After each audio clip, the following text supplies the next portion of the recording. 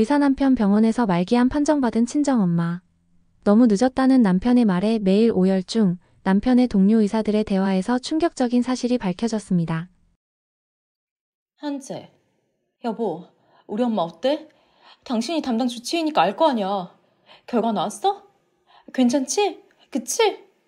우선 진정 좀 해. 당신 너무 흥분하고 있어. 지금 내가 흥분 안 하게 생겼어? 그래서 어떤 냐니까? 엄마 많이 아프시대? 장모님, 아침은 죽으로 드셨어요? 지금은 최대한 부드러운 음식으로 소화를 시킨 후 천천히 일반식으로 넘어가야 무리가 없는 거 아시죠? 자네한테 미안하네. 다른 곳을 가자고 했는데 란주가 고집을 피우는 바람에. 엄마, 그게 무슨 말이야. 사위가 의사인데 누구보다 더 잘 봐주겠지. 그리고 엄마 사위 남들도 인정하는데 가긴 어딜 가. 그리고 다른 곳 가봐. 남들이 욕해요. 아무리 의사라고 해도 가족 사이인데 불편하지 않겠니? 안 그런가? 그런 걱정을 왜 하십니까? 남들은 아는 지인 동원해서 하나라도 더 이득 보려고 하는데 우리 장모님은 너무 정직하셔서 오히려 제가 더 서운한데요?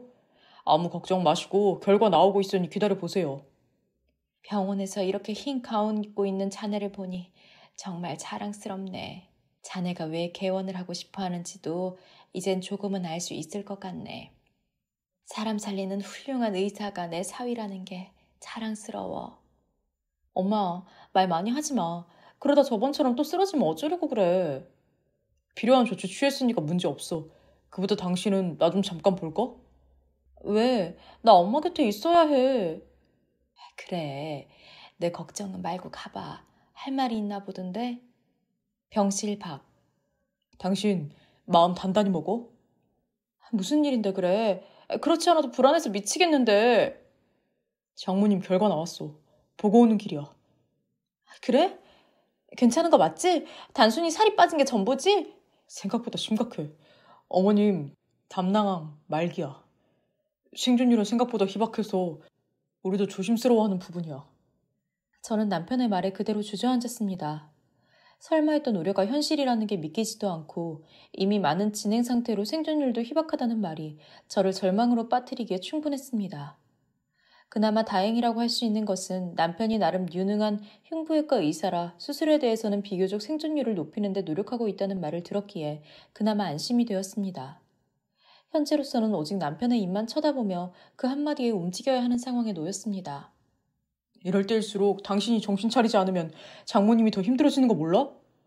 아무 데도 가지 말고 장모님 곁에서 최선을 다해 간병해드려. 그리고 항암 치료가 고령인 분들에게는 받기가 힘든 건 사실이지만 그것까지 다 할 생각이니까 앞으로 당신이 장모님의 보호자가 되어야 해. 난 장모님의 주치의로 최선을 다할 테니까 걱정하지 말고. 그렇게 말해줘서 고마워. 그래도 수술만 잘 끝내면 조금은 오래 살 수 있지?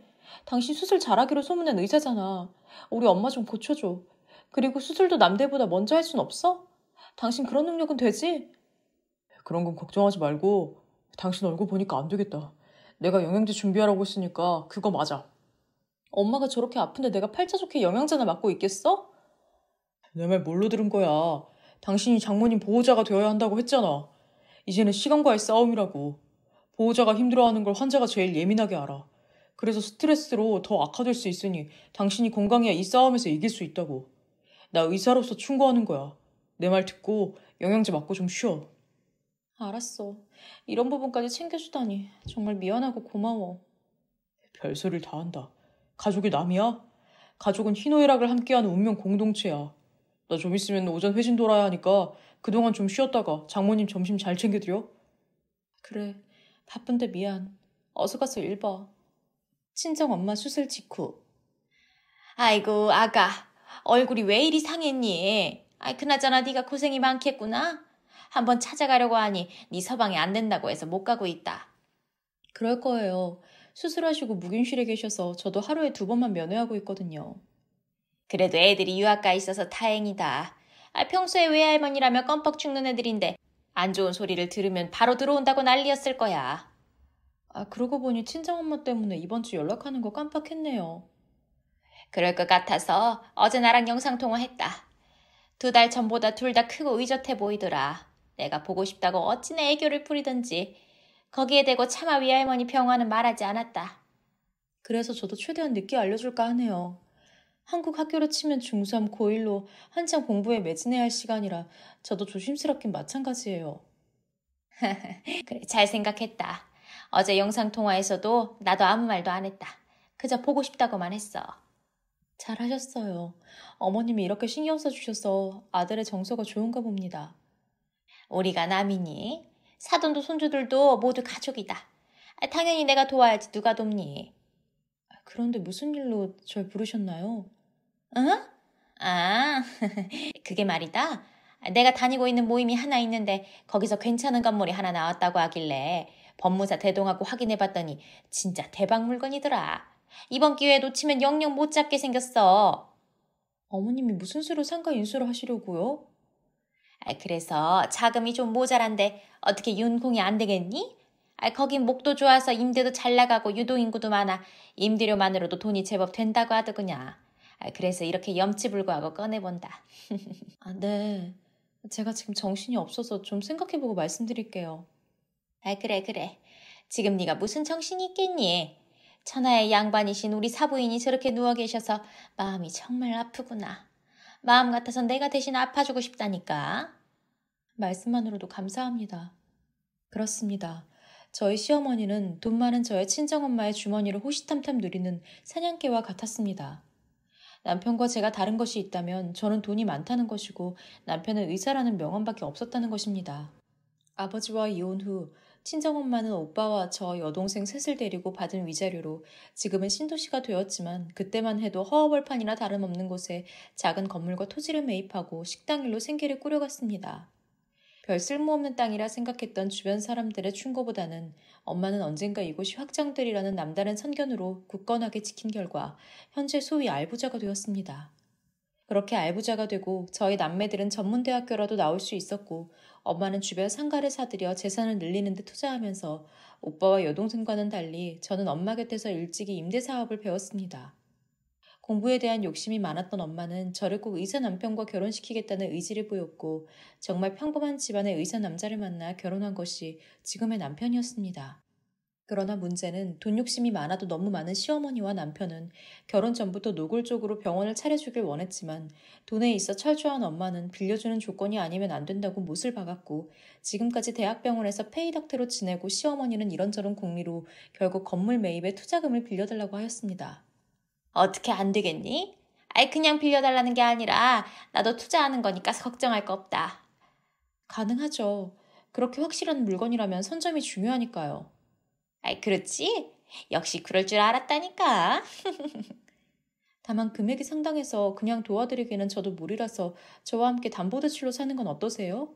물론 어머님이 운영하실 거니까 어머님의 이름으로 빌리고요. 내 이름? 아니 아가, 난 다 늙어서 필요가 없어요. 추후에 우리 손주들한테 뭐라도 물려주고 싶어서 그러는 것이니까 네 이름이나 애들 이름으로 돌리는 게 어떻겠니? 그런 거라면 좀 더 신중하게 생각해야 할 것 같습니다. 현재 친정엄마가 편찮으셔서 정신이 하나도 없거든요. 어머니 건강이 호전되면 그때 함께 의논해보죠. 그러려무나.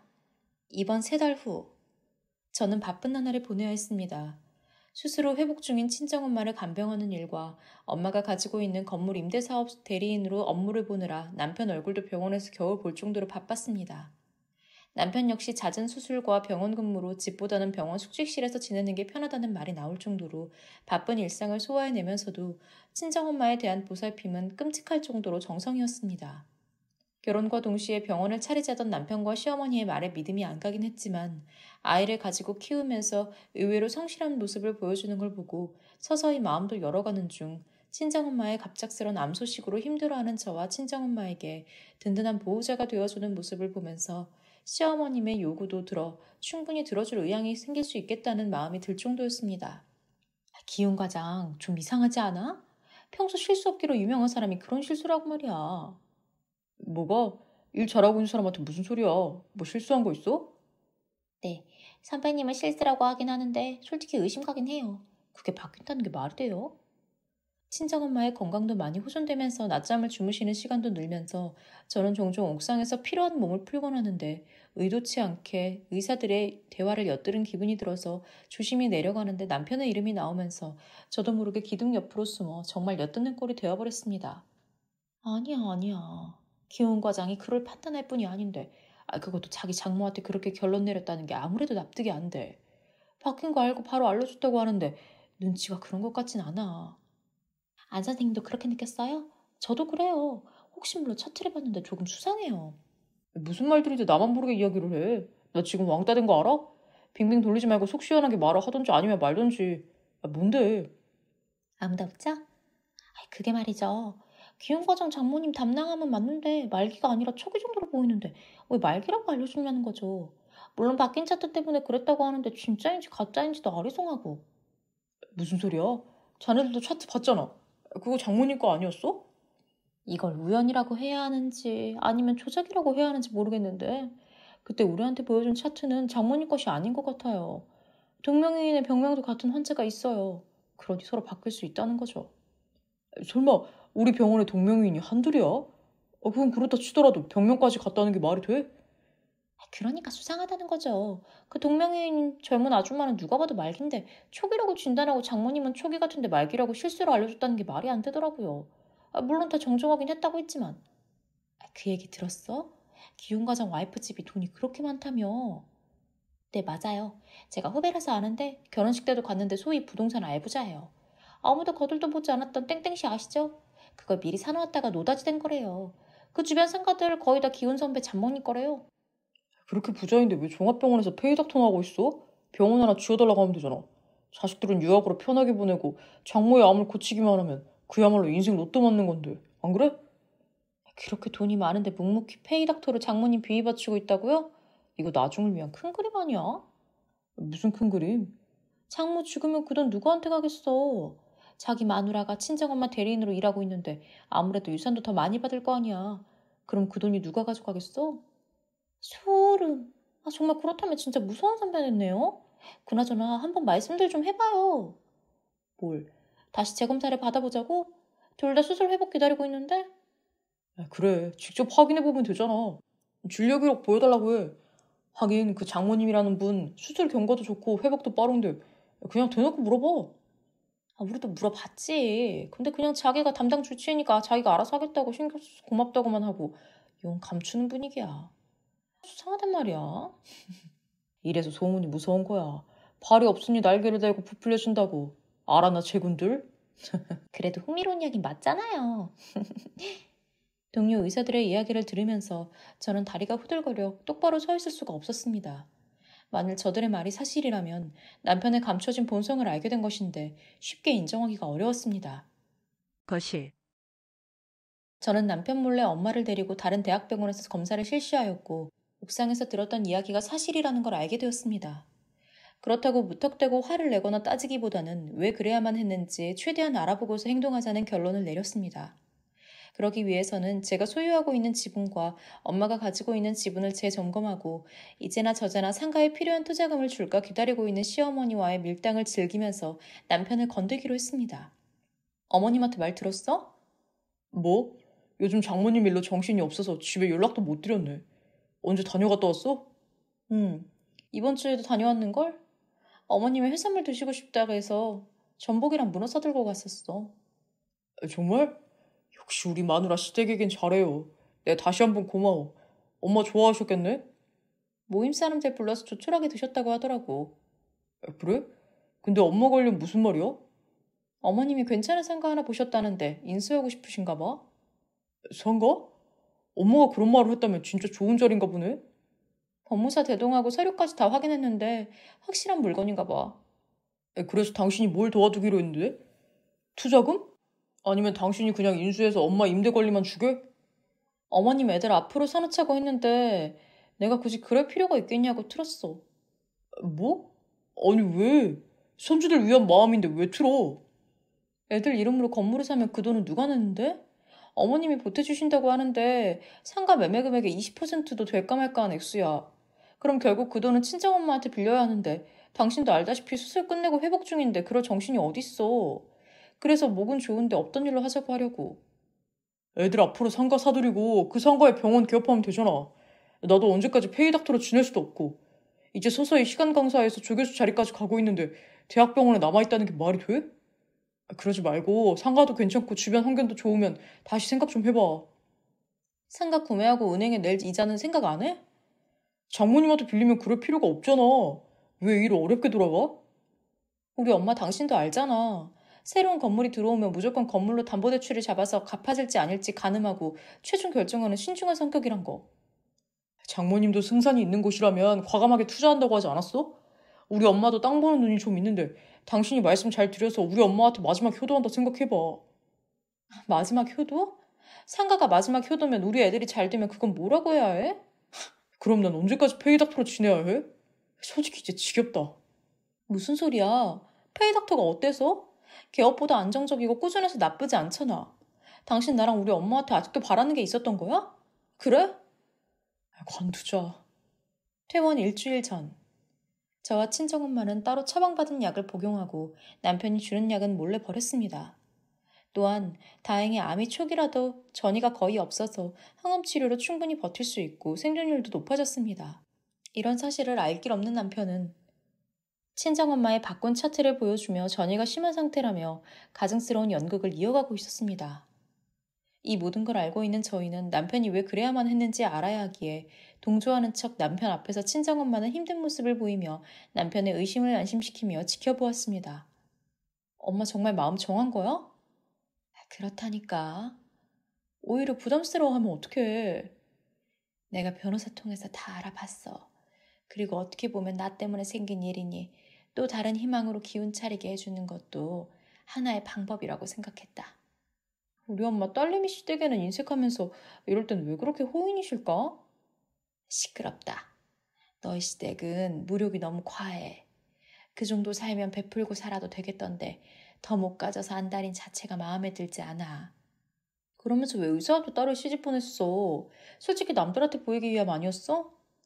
착하다고 소문났다길래 그랬지. 그리고 나라고 똑똑한 사위 보지 말라는 법 없다. 결국 봐라. 우리 손주들 다 얼마나 영리하냐. 이게 다 삼견치명이라는 거야. 이럴 때 보면 우리 엄마도 은근히 속물이야. 맞아. 네 엄마 속물이라서 여기까지 온 거야. 그 속물에 이혼녀라는 이름표 대신 알부자라는 말이 듣고 싶어 이토록 달려온 거다. 그게 잘못이라고는 보지 않아. 누가 뭐래? 우리 엄만 자기를 공격하는 것 같으면 자식도 안 봐준다니까. 그나저나 네 남편 별다른 움직임은 없든? 없어. 집도 내가 없으니까 잘 안 들어가고 거의 숙직실에서 지내고 요즘 들어 수술도 많이 해. 도무지 무슨 꿍꿍인지 모르겠어. 그래도 분명 무언가에 있기에 이런 행동을 하고 있다고 본다. 더 잘 지켜보고 필요하면 사람이라도 붙여서 알아봐. 엄마, 난 흥신소 그런 거 안 믿어. 언제 뒤통수 칠지 모르는 사람들이잖아. 내가 꼭 알아낼게. 늦기 전에 다녀오느라. 안 받는다면 어떻게 해야 해? 아니다. 꼭 받을 거다. 안 받으면 대신 완납해주고 와. 또 다른 병실. 저에게 왜? 사람이 살다 보면 생각지 못한 불행도 오지만 반대로 행운도 따라오기도 하기에 살만하다고 말하는 것 같아요. 애기 엄마가 그동안 잘 살아서 하늘에서 선물을 주나 봐요. 이거 어느 복지각께서 주시는 거예요. 저희도 전달받은 거라 누군지 몰라요. 저는 아이들 급식 봉사도 못 해줄 만큼 분식집에서만 살아서 솔직히 믿기지 않고 무섭네요. 대부분의 사람들이 이렇게 큰 선물을 받게 되면 자신을 돌아보고 자신이 그럴 만한 사람이 아니라고 단정을 하는데 애기 엄마 거 맞으니 맞아요. 아무래도 잘못 오신 것 같은데요? 땡땡땡 분 맞으시죠? 네, 제 이름은 어떻게 하셨어요?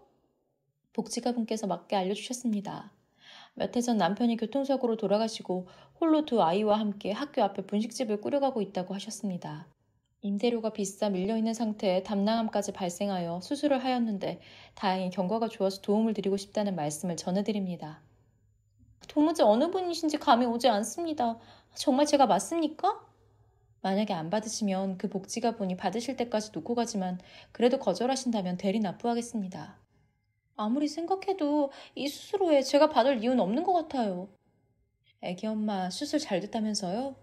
초기라서 금방 낫는다고 하던데 제가 병원을 좀 돌아다니다 보니 이런 소문들이 꽤 길게 나긴 합니다. 퇴원해도 괜찮은 상황까지 왔는데 퇴원하려면 수술비랑 입원비 모두 결제해야만 된다고 하던데 이 돈으로 퇴원해요. 이게 무슨 일인지. 그럼 저희가 대신 입원비 내고 올 테니 걱정하지 마세요. 암도 건강검진 도중에 발병했기에 국가의 지원도 꽤 세다고 들었어요. 그러니 부담 말고 받으시면 됩니다. 감사합니다. 고맙습니다. 어린 자식이 나 없어지면 원망하지 않도록 좀 더 살아줘야 할 텐데 했는데 이런 행운이 오는 날도 있군요. 정말 기적의 꿈을 꾸는 것 같습니다. 친정엄마의 선택은 옳았던 것 같습니다. 제가 미처 생각지 못했던 부분까지 고민하시더니 형편이 어려운 동명이인 환자분의 입원비와 수술비까지 모두 완납하여 주었습니다. 이런 산타 할머니 같은 일은 친정엄마가 살면서 종종 하는 일 중에 하나였습니다. 다른 곳에 비해 임대료를 올리지 않거나 여기저기 꼼꼼히 비교한 후 더 어려운 고아원에 직접 후원을 하는 등 쉽지 않은 선행을 하시는 분이지만 당신의 경우에 벗어난 사람들에게는 박할 정도로 행동하였습니다. 병원 로비. 진실은 총곳은 반드시 모습을 보이게 되어 있다는 말이 있습니다. 감추고 덮으려 해도 솜을 뚫고 나온 송곳을 막을 수는 없는 것처럼 남편의 거짓말의 의도가 의외의 곳에서 알게 되었습니다. 그곳은 바로 누구나 드나드는 병원 로비 엘리베이터 앞이었습니다. 다혜 선생은 결혼 안 해? 아무리 요즘 늦게 가는 추세라고 하지만 35이면 결혼해도 노산이야. 이름 그대로 많은 이들에게 사랑을 받다 보니 선택을 못한 거겠죠. 그쵸? 맞아요.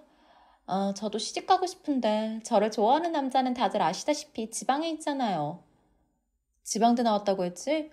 그래도 지방에서 대학병원 페이닥터면 괜찮지.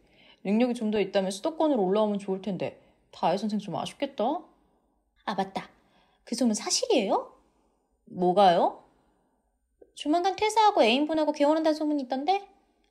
아, 네, 맞아요. 서로 이렇게 페이닥터로 지내기보다는 전문의 자격증이 있으니 진짜 하고 싶은 의료 분야에 개원해서 운영하는 게 훨씬 이득이란 생각이 들어서 그래 볼까 논의 중이에요. 이야, 우리 다혜 선생 돈 많이 모았나 봐? 그럼요. 개원하면 병원 로비 제외하고 모두 은행이 주인이 될 만큼 많이 모았죠. 어디다 할 거예요? 구체적으로 정해지진 않았어요. 남자친구가 이제 지방이 지겹다고 해서 아무래도 수도권 쪽으로? 그때 엘리베이터 문이 열리고 남편이 타고 있었습니다. 병원 1층 로비로 사람들이 많은 탓에 남편은 저를 못 본 상태에서 동료 의사들과 함께 가운데에 섰습니다. 덕분에 저는 떠밀려 나가듯 남편의 가로 뒤 가벽에 붙어 진실을 알게 될 수 있었습니다. 과장님, 오후 회진하셨습니까? 이제 끝내고 올라가는 길이다. 자네들은 병동 가나? 네, 3층부터 라운딩 시작합니다. 고생이 많아. 수고해. 다혜 선생도 라운딩인가? 아니요. 저는 연구실 가서 알아볼 것이 있습니다. 항상 열심히 하는 모습 보기 좋아요. 감사합니다. 여기까지는 특별할 것 없는 인사에 동료 의사들이 내리고 남편과 여의사와 몇 명의 사람들이 있는 공간에서 저는 남편을 놀려주려 등으로 손을 가져가는 순간 보았습니다. 아주 자연스럽게 남편이 여의사의 손을 잡고 깍지를 끼며 웃는 모습을. 잘 되어가요? 당연하지. 내가 언제 실수한 거 봤어? 그러면서 손을 막 잡아요? 누가 보면 어쩌려고. 여기가 우리 말고 다 모르는 사람들 뿐이야. 그냥 사내 연애하는 사람들이라 보는 거지. 순 늑대. 연구실로 바로 올라갈 거예요? 잠깐 옥상에서 바람 좀 쐴까 하는데. 같이 갈 거야? 그래요. 저도 이 시간부터는 풀이라서 같이 바람 좀 쐬고 들어가죠. 남편과 여의사는 연인처럼 자연스럽게 행동하며 옥상으로 올라갔고 저 역시 눈치 안 채게 따라갔습니다. 병원 옥상. 오빠, 자기 장모 퇴원한다는 소리 들리던데? 어떻게 된 거야? 그냥 퇴원시켜도 돼? 나 시골 대학병원에서 근무하는 남친이랑 개업하기로 했다고 소문 다 났는데? 그러게 조심 좀 하라니까. 벌써부터 그런 소문이 돌게 만들어? 나도 미치겠다. 너무 건강해서 짜증이다. 그 농명인분 환자분 차트 계속 보여주면서 겁을 좀 줘봐. 그래서 램프 증후군으로 몰아가서 죽게 해. 램프 증후군? 그게 가능하겠어? 오빠, 생각을 해봐. 너 많이 아프다. 너 곧 죽는다. 너는 불행한 인간이다. 이런 말들을 수시로 건네고 그 자료를 보여주면 건강한 사람도 막연한 불안과 공포로 죽게 되어 있다니까. 너 너무 독한 거 아니야?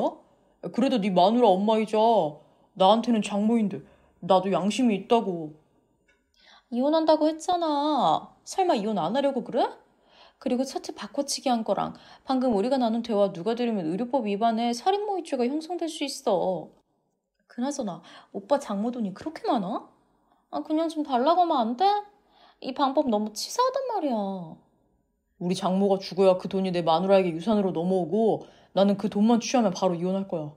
우리 엄마도 손자를 위한 상가를 구매한다고 하는데 솔직히 거저먹겠다는 심상이지. 담남항은 재발률도 높고 생존율도 낮아서 죽을 확률이 높은데 초기엔 반대가 될 수 있어. 항암 치료만으로 충분하단 말이야. 나 왠지 불안해. 걱정 마. 퇴원해도 당분간 항암 치료에 약물 복용을 해야 하니까 약을 좀 바꿔보려고 해. 어떻게? 다수가 있지. 너는 그냥 모른 척 나한테만 잘하면 돼. 낮이고 밤이고. 진짜 오빠는 의사하길 잘했어. 그 좋은 머리 의사가 안 됐으면 사기꾼 되었을 거야. 그러게 말이에요. 이런 멋진 계획을 몰랐다면 우리 모녀 깜빡 속을 뻔했네요. 여보! 오빠, 나 먼저 내려간다?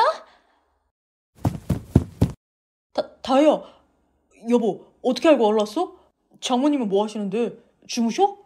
당신이 엘리베이터 안에서 저 여자 손깍지 끼고 즐길 때부터 있었지. 바로 뒤에 있어서 뒤돌아보면 어쩌나 조마조마했는데 끝까지 안 보더라고. 혹시 우리 이야기? 응, 잘 들었어. 그리고 녹음도 아주 잘 되었어. 상대방 동의 없이 녹취한 파일은 위법인 거 알지? 걱정 마. 그래서 녹음 시작한다는 나의 목소리도 다 집어넣었고 혹여라도 이것이 문제가 되면 내가 법적인 처벌을 받을 테니 염려하지 마.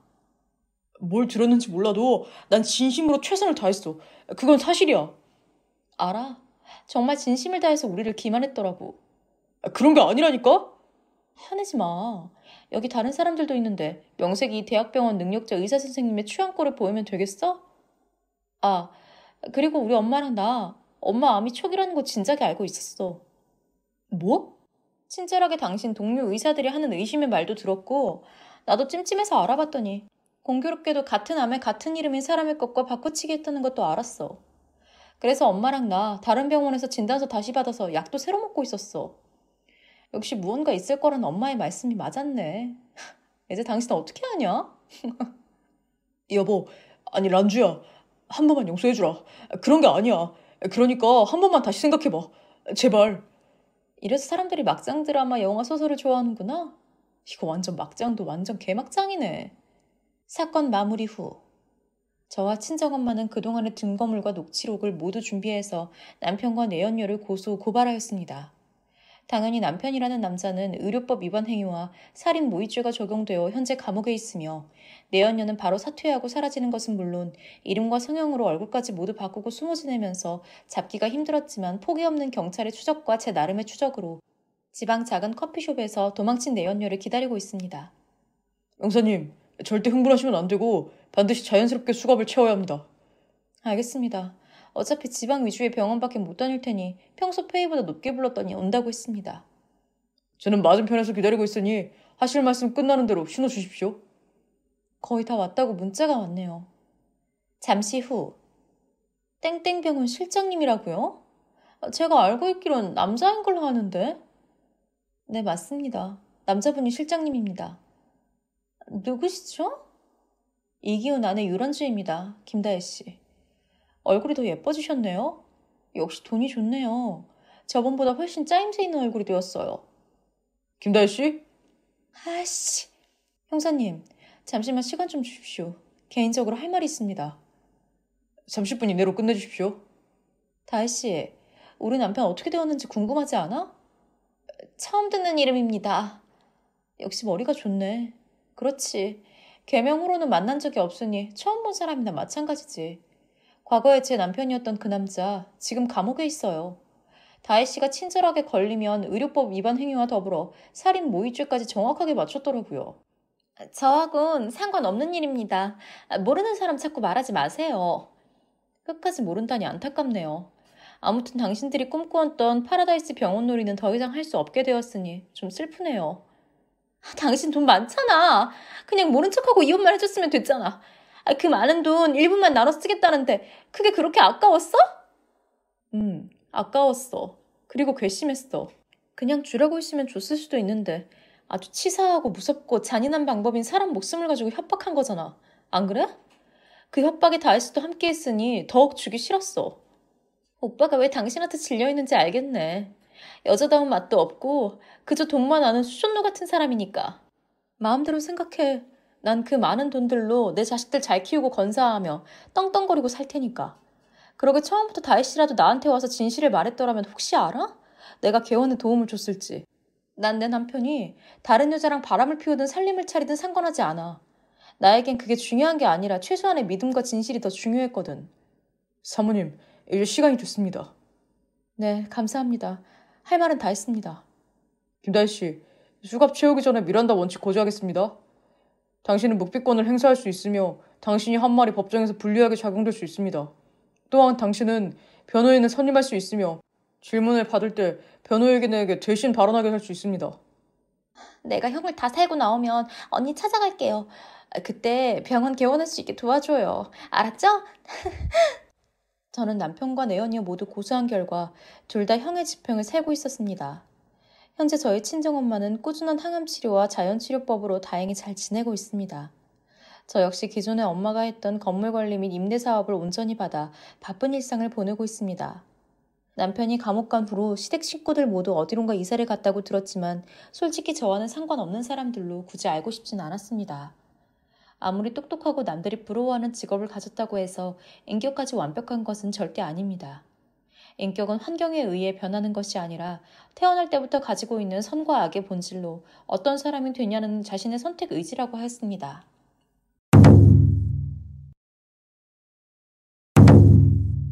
결혼 2달 만에 남편이 사고로 세상을 떠나자 도련님이 의미심장한 제안을 하는데 내일 밤 저희 집으로 와보세요. 문을 열자 그 자리에서 오열했습니다. 현재. 수미야, 힘들더라도 엄마랑 이야기 좀 하자. 저 지금 아무 말도 하고 싶지 않아요. 죄송해요, 어머니. 이제 어머니라고 부르지 말고 엄마라고 불러. 넌 이제 내 며느리가 아니라 딸이야. 어머님, 저 심장이 너무 아파요. 너무 아픈데 이걸 알아주는 사람이 없어요. 이렇게 미친 듯이 아프면 제일 먼저 오빠가 달려왔는데 이젠 올 수가 없었어요. 제가 그렇게 한 거예요. 그 누구도 아닌 제가 죄인이 되어버렸어요. 아니다. 아니야. 네 탓이 아니야. 그 누구의 탓도 아니야. 탓이 있다면 바로 이 세상에 나오도록 만든 내가 죄인이다. 모든 게 다 내 탓이야. 난 오빠 떠나보낼 수 없어요. 난 절대 그럴 수 없어요. 널 어쩌면 좋니?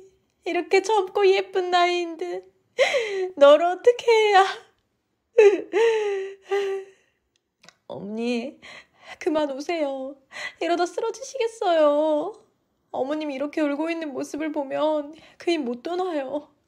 내 아들이 목숨이 이만큼이라서 떠났다만 이제 신혼이 너를 어쩌면 좋니? 제 얼굴만 봐도 눈물을 보이시는 시어머니의 여린 마음에 저 역시 인생의 한 축이 무너지는 기분이었습니다. 지금 저는 인생에서 제일 행복한 시간을 보내야 하는 신혼 3달째를 맞이하고 있습니다. 그러나 이 행복을 함께 나눌 수 있는 남편은 하늘로 떠나가 없습니다. 시장에서 파는 순대와 떡볶이가 먹고 싶다는 제 부탁에 퇴근길에 시장에서 분식을 사고 나오는 길에 마주오는 오토바이에 치이면서 바닥에 머리를 부딪히면서 그 자리에서 즉사를 하였습니다. 너희들 혼인신고 아직 안 했지? 다음 주에 가는 걸로 작성은 해놨어요. 도장만 찍으면 돼요. 걱정 마세요. 제가 혼인신고 할 거예요. 뭐?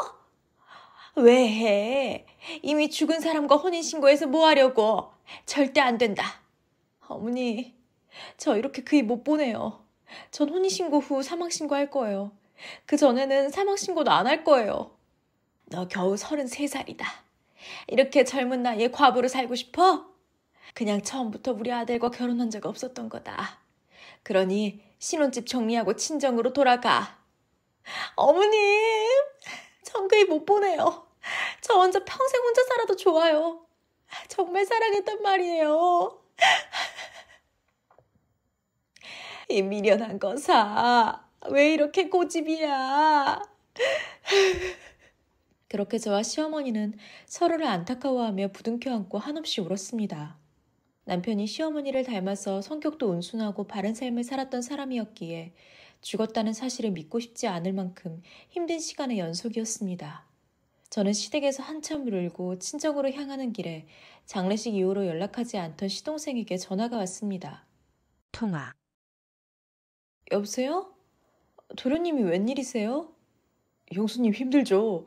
다름이 아니라 내일 제가 사는 곳에서 좀 뵐 수 있을까요? 괜히 말씀드릴 게 있어서요. 다음날 오후. 솔직히 말해서 저는 도련님에 대한 감정이 아직도 남아 찾아간다는 것에 고민에 고민을 거듭하고서야 약속한 시간에 맞춰 찾아갔습니다. 어서 오세요, 형수님. 오는데 힘들지 않으셨어요? 운전하고 오신 거예요? 아니요, 그냥 택시 타고 왔어요. 잘하셨어요. 요즘 같은 정신에 운전하면 안 돼요. 밖에서 봐도 되는데 굳이 부른 이유가 뭔가요? 형님이 돌아가시고 밖에서 사람 보는 게 조금 불편해서 부득이하게 형수님도 저희 집으로 불렀습니다. 제 생각만 한 것 같아 죄송합니다. 많이 불편하면 지금이라도 나가서 이야기할까요? 아니에요. 그런 이유면 집이 좋겠네요. 저도 요즘 사람 만나는 것이 힘든 시기라서 이곳이 낫다는 생각이 들어요. 뭐 드릴까요? 커피? 녹차? 주스? 그렇게 서 있지 말고 저기 소파에 앉으세요. 주스 있으면 부탁드릴게요. 잠시만요. 사람들 보기가 아직 낯설다는 도련님의 말과는 달리 형이 죽은 지 한 달밖에 되지 않았다는 게 믿겨지지 않을 만큼 저를 보고 밝게 웃고 있었습니다. 물론 사람마다 아픔을 견디는 차이는 있다고 하지만 어렸을 때부터 사이가 좋았던 형제치곤 뭔가 다른 느낌이었습니다. 형수님, 형님 돌아가셨으니 이제 우리 집과는 면이 끝났네요? 그런 말이 어딨어요. 그렇지 않아도 어제 어머님께 말씀드렸어요. 다음 주에 정식으로 혼인신고 올리고 난 다음 형님 사망신고서도 작성할 계획이라고요. 우리 형님 정말 사랑하셨구나. 당연하죠. 비록 결혼 2달 만에 사고를 당했지만 연애만 5년을 했어요. 전 정말 형님 사랑했고 지금도 그래요. 우리 형은 세상에서 제일 행복한 남자였을까요? 불행한 남자였을까요? 돌아가신 형님한테 그 무슨 말씀이세요? 어서 형님께 사과하세요. 그럼 저는 어떻게 됩니까? 무슨 말씀이세요? 제 인생은 아무런 상관도 없다는 겁니까? 도련님, 지금 무슨 말씀을 하시는 거예요? 제가 왜 도련님 인생을 알아야 하는데요? 정상적인 삶을 살지 못한 제 인연의 세월을 어떻게 하실 건데요? 도련님, 자꾸 왜 이러시는 거예요? 다 알면서 왜 늘 부정만 하십니까? 도련님, 저는 형님의 아내이자 형수입니다. 지금 하시는 말씀 무리하다는 생각 안 들어요? 그래요? 이걸 보시고도 그런 말씀이 나올까요? 도련님이 내민 서류 봉투에 담긴 내용을 보고 전 그 자리에서 쓰러지고 말았습니다. 5년 전, 대학가 앞이라 학생들이 많을 줄 알았는데 우리 집에 온 남자 셋 모두 직장이네요. 반가워요. 최대한 집밥처럼 차린다고 하는데 입맛에 안 맞더라도 잘 먹어주길 바래요. 아닙니다. 이렇게 하숙을 하는 공간이 있는 줄 몰랐는데 저는 너무 좋습니다. 김치에 밥만 주셔도 잘 먹으니 염려 마시고 잘 부탁드립니다. 형님은 뭐 하시는 분이세요? 저는 땡땡 기업에 다니고 있어요. 우와, 거기 엄청 좋은 데잖아요. 형님 능력자셨구나? 반갑습니다. 저는 4학년 졸업반입니다. 저도 그 회사에 관심이 많은데 조언 부탁드리겠습니다. 그래요? 제가 도움이 될지 모르겠지만 궁금하거나 필요한 서류 구비 등은 자세히 알려드리겠습니다. 어머, 우리 아들도 총각이 다닌 회사에 들어간다면 더 바랄 게 없겠네요. 많이 알려주세요. 저야말로 어머님, 동생분에게 잘 부탁드립니다. 어머님이요? 그럼요. 이렇게 밥도 주시는데 앞으로 저의 2번째 어머님이십니다. 힘들거나 어려운 일 있으면 말씀하세요. 제가 할 수 있는 것은 뭐든 도와드리겠습니다. 형님, 정말 시원시원하시네요. 엄마, 우리 집에 온 형님들은 다 좋은 분들 같아서 마음이 놓여요. 그러게, 다들 남자라서 조금 걱정했는데 내가 인복이 많은 모양이다. 엄마, 저 왔어요. 누나, 왜 이렇게 오랜만에 와? 너도 있었어? 야, 지방에서 올라오기 쉬운 줄 아니? 반년 만에 겨우 연차 얻어서 왔다. 오늘부터 주말까지 집밥 먹으면서... 누구... 안녕하십니까? 저는 이 집 3번째 하숙생 박원철이라고 합니다. 어머님, 이분은 누구십니까? 어머님? 엄마, 언제 아들이 또 생기셨어요? 오늘부터 생긴 아들이다. 인사해요. 우리 딸은 지금 지방에 발령받아 가 있는데 공무원이에요. 요즘 공무원 되기 엄청 힘들다고 하던데 대단하십니다. 일이 바빠 본가에는 두세 달에 한 번씩 올라오는데 엄마가 운영하는 하숙집에 이사 온 사람이었습니다. 성격도 시원하고 매너도 좋아서 첫인상부터 나쁘지 않구나 싶었습니다. 그러나 당시 저는 지방으로 발령나서 적응하는 것으로 정신이 없었고 본가에 올라와도 잠자는 일에 모든 소비를 하던 시절이었습니다. 6개월 후 옥상. 여기서 뭐 하세요? 아무리 봄이라도 아직은 쌀쌀한 기운이 남아있는데? 아, 안녕하세요. 저는 바람 좀 쐬러 왔어요. 날씨가 쌀쌀해도 기분만은 너무 좋아요. 저도 주말에 집에 가야 하는데 여기 어머님이 집밥을 너무 맛있게 해주셔서 오늘까지 쉬고 내일 갈까 합니다. 그러시구나. 본가가 여기서 뭐나 봐요? 경기도 쪽이라서 출퇴근하기가 좀 번거롭더라고요. 그래서 원룸을 구할까 했는데 아직도 하숙하는 곳이 있다길래 이사 왔는데 지금은 물론 앞으로도 쭉 만족하며 살 것 같아요. 말씀을 참 재밌게 하시네요. 엄마가 하숙하는 분들 모두 좋아하는 소갈비집 한다고 정신이 없더라고요. 그런데 여기서 혼자 낭만을 즐기고 계시는 겁니까? 솔직히 염치 없지만 전 요리에 소질이 없어요. 그걸 누구보다 잘 아는 우리 엄마께서 저를 옥상으로 보낸 거라고요. 얼쩡거리지 말고 빨래나 걷어오래요. 그런데 수미 씨는 언제까지 지방에서 생활하시나요? 그렇지 않아도 본가에서 가까운 쪽으로 발령 신청을 해놓은 상태인데 잘 모르겠어요. 요즘엔 워낙 이동이 없어 저도 막연히 기다리고 있는 중이에요.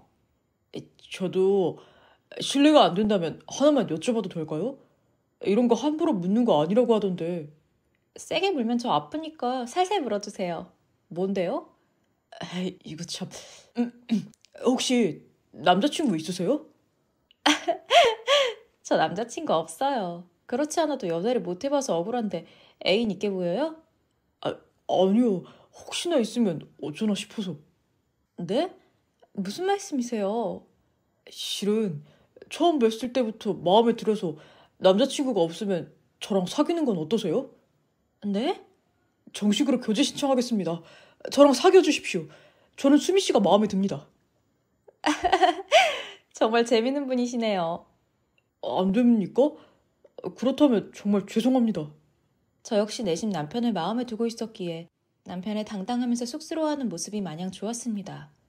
한 번도 제대로 된 연애를 해본 적이 없어서 사랑이라는 감정이 무엇인지 몰랐지만 아마도 사랑을 한다면 남편 같은 남자와 하면 좋겠다 싶었습니다. 그렇게 저희는 정식으로 사귀는 사이가 되었고 집에서 의외로 쉽게 허락해 주셨습니다. 사귄 지 1년 즈음. 저희는 여느 연인들처럼 자주 만날 수 없기에 더 애틋하고 마음이 갔던 것 같습니다. 발령을 신청했지만 지방으로 오겠다는 사람이 없어 어쩔 수 없이 남편과 저는 서로 번갈아 가면서 만나야 했습니다. 그렇게 연애 1년을 넘기면서 처음으로 남편이 남다른 우애를 가진 동생을 소개시켜준 자리를 마련하였고 내심 결혼하고 싶은 마음이 컸기에 왠지 부모님은 아니지만 그래도 가족에게 승낙받을 수 있어 기뻤습니다. 수미야, 인사해. 나보다 2살 아래인 내 동생 박원철. 김수미입니다. 형님께 말씀 많이 들었습니다.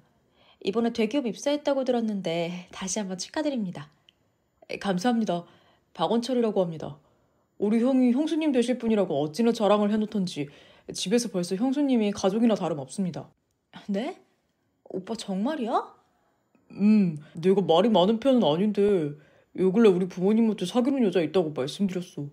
아주 예쁘고 착하고 자기를 사랑할 줄 아는 당당한 여자라고 말이야. 날 너무 띄워주는 거 아니야? 나보다 오빠가 더 멋진 사람이잖아. 서로 자랑을 미루는 겁니까? 어쨌든 보기 좋습니다.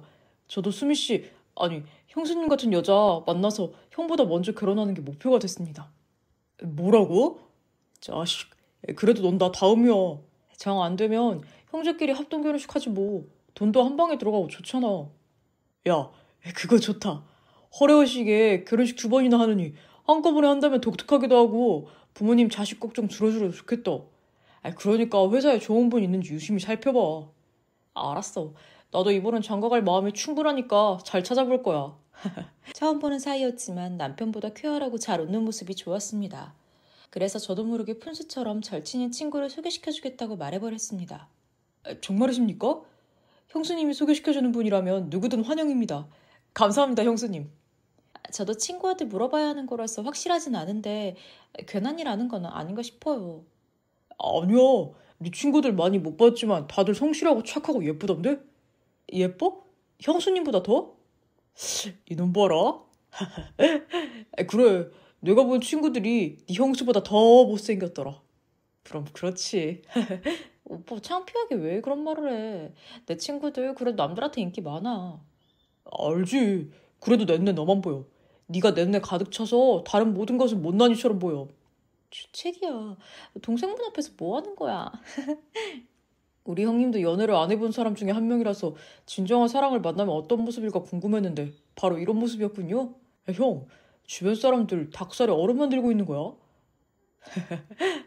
그랬냐? 원철아, 엄마, 아버지도 우리 수미 좋아하시겠지? 솔직히 말하는데 뜸들이지 말고 빨리 말해. 나 지금 떨린단 말이야. 엄청 좋아하실 것 같아. 특히 우리 엄마.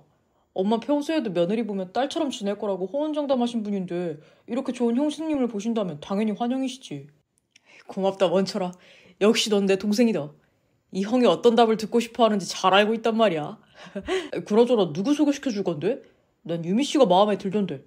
우리 동생이 보기와는 다르게 보수적이고 깐깐한 구석이 있어서 포용할 줄 아는 여자라면 좋겠던데? 안 그래도 나도 유미 생각했어. 걘 형제자매가 많은 집안에 막내로 태어나서 양보하는 것도 사랑받고 주는 것도 잘 아니까 모두에게 예쁨 받는 아이잖아. 오빠가 유미를 그렇게 좋게 봐줬다니 찐친으로 대신 고마워. 아니야, 내가 더 고맙지. 그런 좋은 분을 저놈한테 소개시켜준다고 하니 진짜 너랑 유미 씨는 보살이다, 보살. 둘만 신나서 이야기할 거야? 형수님, 혹시 그분 사진이라도 볼 수 있어요? 아, 그러고 보니 얼굴을 안 보여줬네요. 잠시만요. 그럼 원철 씨도 저에게 사진 한번 주세요. 이게 제 번호예요. 형수님 마음에 쏙 드는 얼굴을 고르려면 뭐가 좋을까? 야, 임마, 네가 왜 수미 마음에 드는 얼굴을 찾는데? 형은 뭘 몰라. 형수님 눈에 들어야 그 친구분 눈에도 들 거 아니야. 그런가? 하여튼 잔머리 하나 알아줘야 된다니까. 시동생 미팅 날. 저는 친구의 눈치를 보며 남편의 동생 이야기를 했고 다행히 만나는 보겠다는 착한 친구의 말에 안심이 되었습니다. 나 못지않게 연애를 안 해본 친구라서 누군가를 소개시켜준다는 게 여간 어려운 일이 아니구나 깨달으며 장소를 골랐지만 의외로 남편의 동생이 저희 하숙집을 선택했습니다. 평소에도 남편에게 와보고 싶다는 말을 자주 했다는데 미팅 겸 저희 엄마가 해준 음식도 먹고 싶다며 우기듯 하숙집을 원했고 친구 역시 어색한 장소보다는 저희 집이 좋겠다고 흔쾌히 허락해 주었습니다. 형수님, 여기 분위기 너무 좋은데요? 정말 드라마에서 나오는 하숙집처럼 깔끔하고 아늑해요. 마음 같아선 저도 여기로 오고 싶네요. 넌 절대 안 돼. 왜 안 돼? 내가 널 모르냐? 너 은근히 더럽잖아. 네 방만 보고 있으면 한숨이 절로 나오는 거 엄마뿐인 것 같아? 과묵한 아버지도 가끔 네 방 보고 있으면 화가 난다고 하시더라. 남들 눈엔 더러워 보여도 카오스 속 코스모스 몰라? 둘만 대화하실 거면 제 친구 보냅니다. 아, 미안해요, 윤씨. 아니에요. 형제가 보기 좋네요. 제가 가족이 많아서 이렇게 잘 지내는 것만 봐도 기분이 절로 좋아져요. 역시 유미 씨는 가족의 사랑을 많이 받고 자란 티가 난다니까요. 말씀마다 어쩜 그렇게 예쁜 말만 골라 하시는지. 형, 내가 오늘 미팅 당사자야. 형은 그만 빠져주시지. 안녕하십니까. 박원철이라고 합니다. 우리 형수님이 이렇게 미인을 소개시켜주다니 영광입니다. 오빠, 우린 속없이 앉아있지 말고 내 방에서 놀자. 그럴까? 어머님도 장 보러 가시고 조용하니 좋네. 동생아, 잘해야 한다. 가, 어서 꺼져, 가. 그렇게 저희는 둘만의 시간을 위해 자리를 비켜주었습니다. 사진보다 훨씬 더 잘생기셨네요.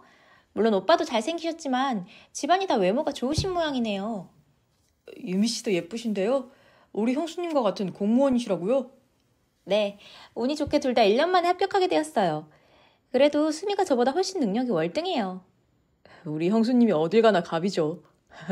원철 씨는 다른 동생들에 비해 형수들 제 친구가 좋은가 보네요. 지금까지 다 수미 이야기뿐이에요. 그렇게 됐나요? 무례했다면 실례합니다. 아니에요. 저도 기분 좋아서 한 말이에요. 근데 원철 씨는 어떤 여자가 좋아요? 일종의 이상형 말이에요. 이상형이요?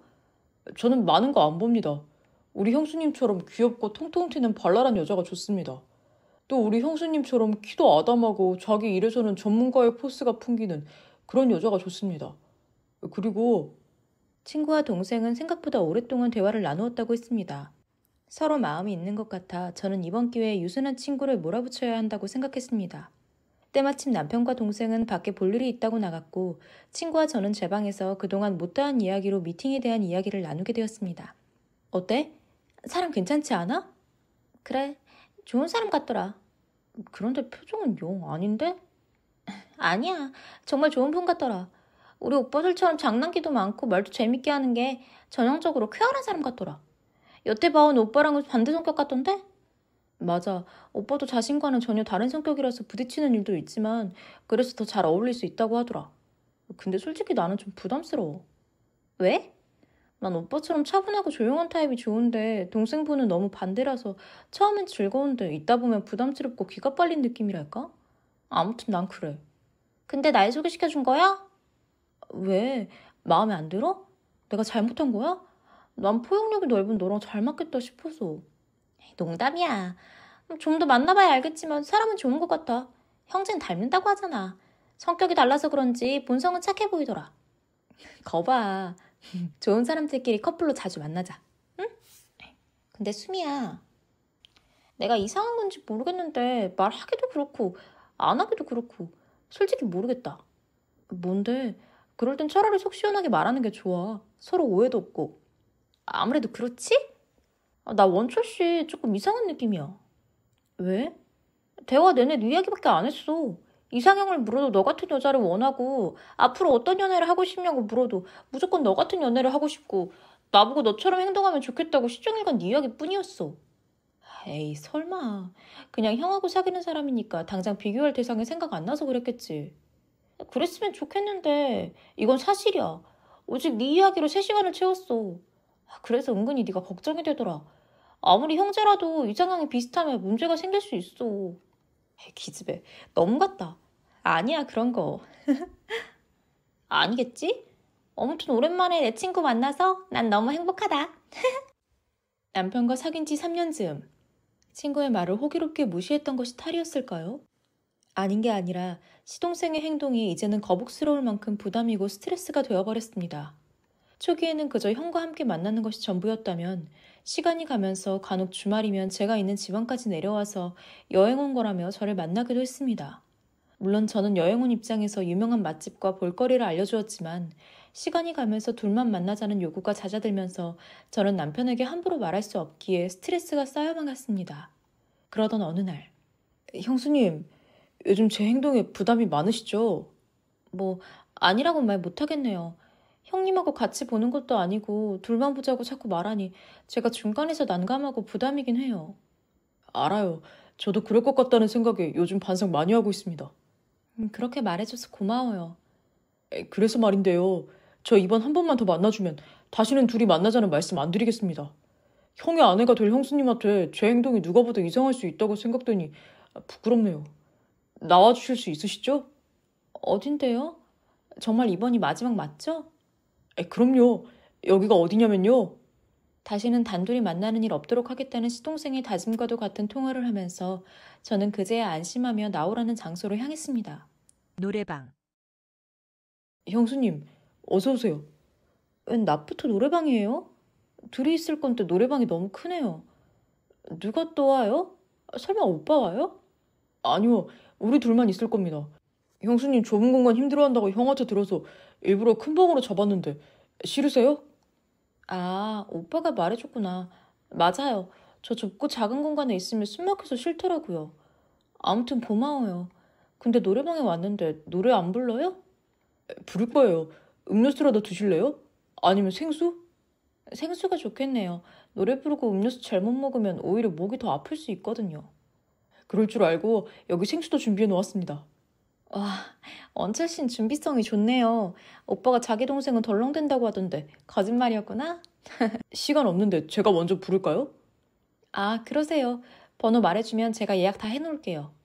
그렇게 남편의 동생은 1시간 가까이 저는 못 부르게 하고 혼자서 노래를 불렀습니다. 처음에는 그런가 보다 생각했는데 노래를 들으면 들을수록 누군가에게 이야기를 하고 싶다는 생각이 들었고 새로운 사람이 생겼거나 누군가를 짝사랑하나 싶을 만큼 노래들이 다 그랬습니다. 형수님, 노랫말 마음에 드세요? 아, 네. 근데 다 이별 이야기, 짝사랑 이야기만 있는 노래를 부르네요. 혹시 새로운 사람이라도 생겼어요? 새로운 사람이 아니라 오래된 연인이 있어요. 정말요? 그래서 몇 해 전에 제 친구를 거부한 거구나. 누군데요? 누구냐면요. 바로 김수미 너야. 김수미, 우리 형하고 헤어지고 나랑 사귀자. 형보단 동갑인 내가 낫지 않아? 그리고 너도 어느 정도 알고 있었잖아. 내가 너 좋아하는 거. 아니야. 난 네 형을 사랑해. 넌 그냥 미래에 내 시동생이 될 사람에 불과해. 나는 왜 안 되는데? 형을 먼저 사귀어서 의무감 때문에? 사랑에 의무감이 왜 필요해? 이러면 난 앞으로 너 절대 안 볼 거야. 그리고 오빠한테 그간 일들 다 말할 거야. 이게 뭐야? 마치 내가 나쁜 년이 된 것처럼 왜 사람을 우습게 만들어? 너는 나를 비참하게 만들었잖아. 난 정말 안 되는 거야? 나 너 사랑해. 그 마음이 벌써 3년이나 이어지고 있어. 앞으로도 난 널 사랑할 거야. 다른 사람은 필요 없어. 너 미쳤구나? 나 갈래. 오늘 일은 못 들은 걸로 할게. 그리고 오빠한테도 말할게. 그러니까 제발 정신 차려. 널 사랑해. 아무리 널 접으려고 해도 안 돼. 그럴수록 더 커져만 가. 나 좀 어떻게 해주라, 수미야. 난 네가 차라리 어디로 가버리거나 죽어버렸으면 좋겠어.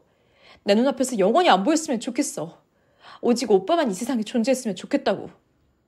그날 이후 동생은 정말 회사도 퇴사하고 산티아고 순례길을 떠난다며 해외로 나갔습니다. 한동안 한국에 올 마음도 없고 혹시 해외에 좋은 곳이 생기면 거기에서 살까 생각한다며 떠난다고 했습니다. 오빠는 워낙 엉뚱한 녀석이라 이러다 언제든지 다시 나타나 예전처럼 실없이 지낼 거라고 하는 남편 앞에서 저는 죄인 마냥 아무 말도 할 수 없었습니다. 그렇게 2년이 더 흐르고 저와 남편은 결혼을 하였고 결혼식장에서 다시 보게 되었습니다. 현재. 이게 뭐 하는 짓이에요? 형수님. 아니, 수미야. 말 조심하세요. 저는 도련님의 형님과 결혼한 형수입니다. 이러지 말자. 형은 이제 줄 거 없어. 그러니 더 오빠 곁을 지킬 거야. 평생 오빠 무덤 앞에 살더라도 너한테는 안 가. 그걸 보고도 그래? 이건 엄연한 불법이고 죄야. 넌 지금 네 형을 한 번 더 죽인 거고 나도 죽인 거야. 이제 넌 내 여자야. 혼적에 올라간 남편 이름이 누구인지 똑똑히 봐. 죽은 형이 아니라 바로 나야. 김수미의 남편 박원철, 바로 나라고. 이건 네가 조작한 거잖아. 누가 모를 줄 알아? 이런 허튼 수작으로 내가 너한테 갈 것 같아? 내가 그랬지? 차라리 죽어버리라고. 그래서 형이 대신 죽어주거라 생각 안 해? 미친놈. 100번을 물어도 1000번을 물어도 난 네 형수이고 네 형의 아내야. 지난 2년 동안 내가 어떻게 살았는지 넌 생각하긴 했니? 미친놈처럼 여기저기 돌아다니다 결국 결혼한다는 형의 메일을 읽은 내 심정을 넌 몰라. 내가 말했잖아. 나랑 결혼하자고. 형보다 더 사랑해줄 수 있다고 했잖아. 이것 봐. 결국 네가 형을 죽인 거야.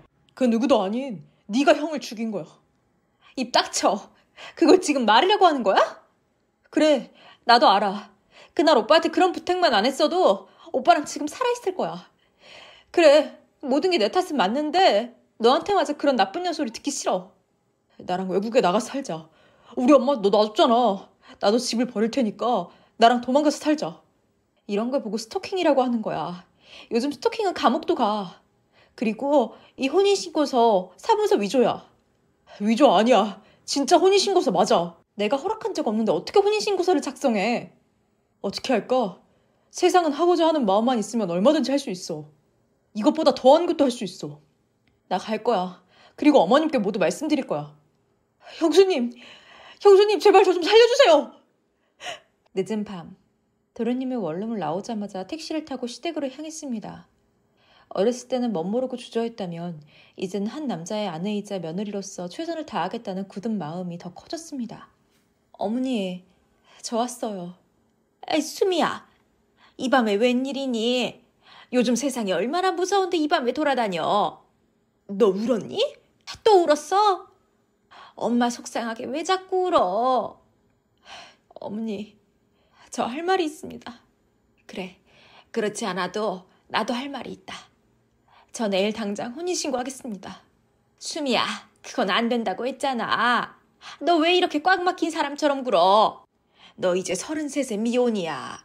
얼마든지 다시 사랑하고 결혼할 수 있어. 그러니 제발 우리 집과 인연을 끊어라.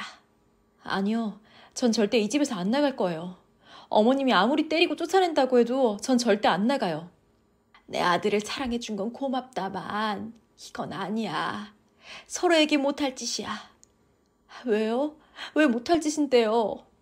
네가 우리 집과 연관되어 있으면 난 하루도 못 산다. 죽은 내 아들 불쌍하고 안타까워서 못 산다. 그리고 언젠가는 너를 원망할 거다.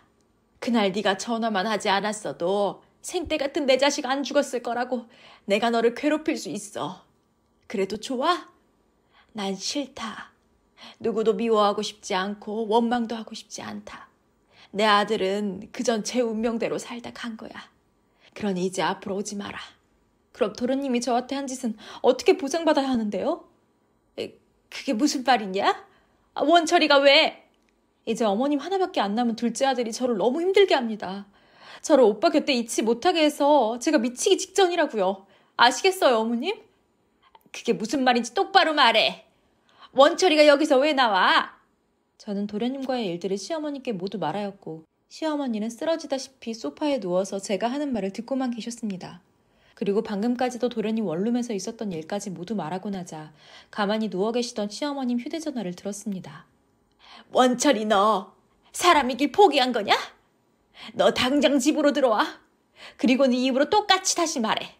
그렇지 않으면 너희 둘 다 내 큰아들 죽인 범인으로 몰아서 고소할 테니까. 주인공 떠난 1시간 후 시댁 거실. 너 네 형수한테 마음 가졌던 게 사실이야? 사실입니다. 그래서 2년 동안 미친놈처럼 돌아다닌 거야? 왜? 형 결혼한다고 연락이 왔어도 오지 말았어야지. 왜 끼어들어와서 이 상황을 만들어? 엄마, 나 형수, 아니, 수미 사랑해. 죽은 형한테는 미안하지만 형보다 더 사랑한 사람이 나야. 그래서 수미가 네 마음을 받아줬니? 너를 선택했니? 혼인신고 사실이에요. 더 이상 거부할 수 없어요. 혼인신고는 어떻게 했니? 후배한테 부탁했어요. 신분증은 어떻게 만들었는데?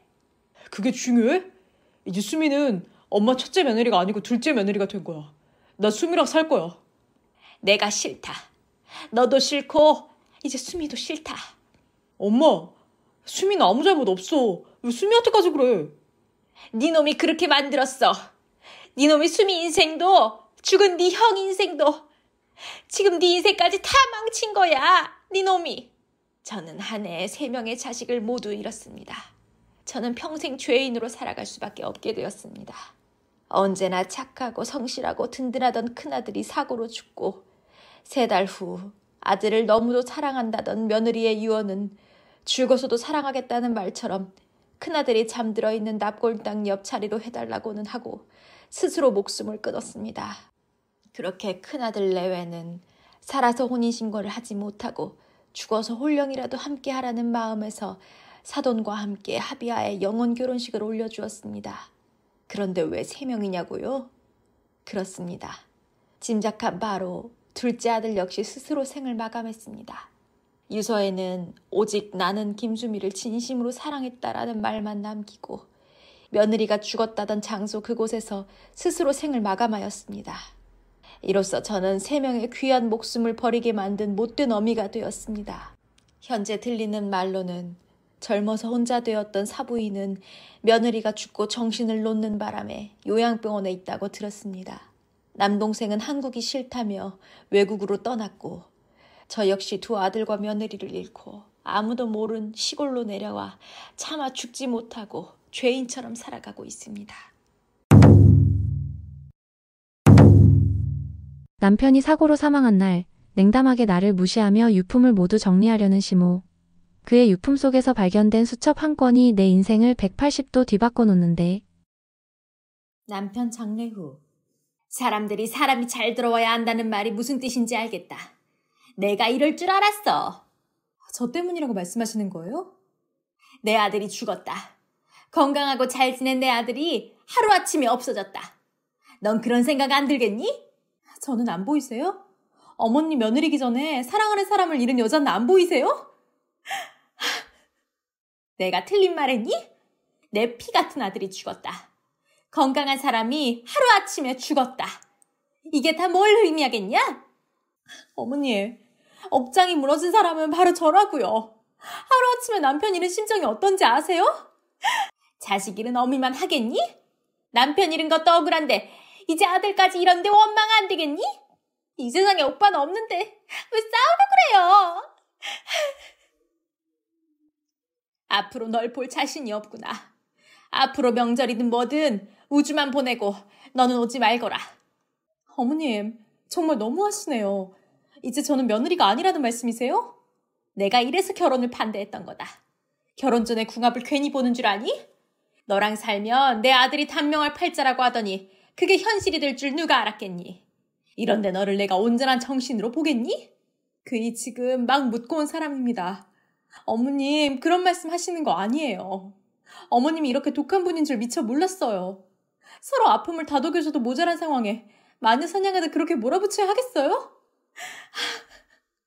두 분 다 그만하세요. 언니, 집에 가요.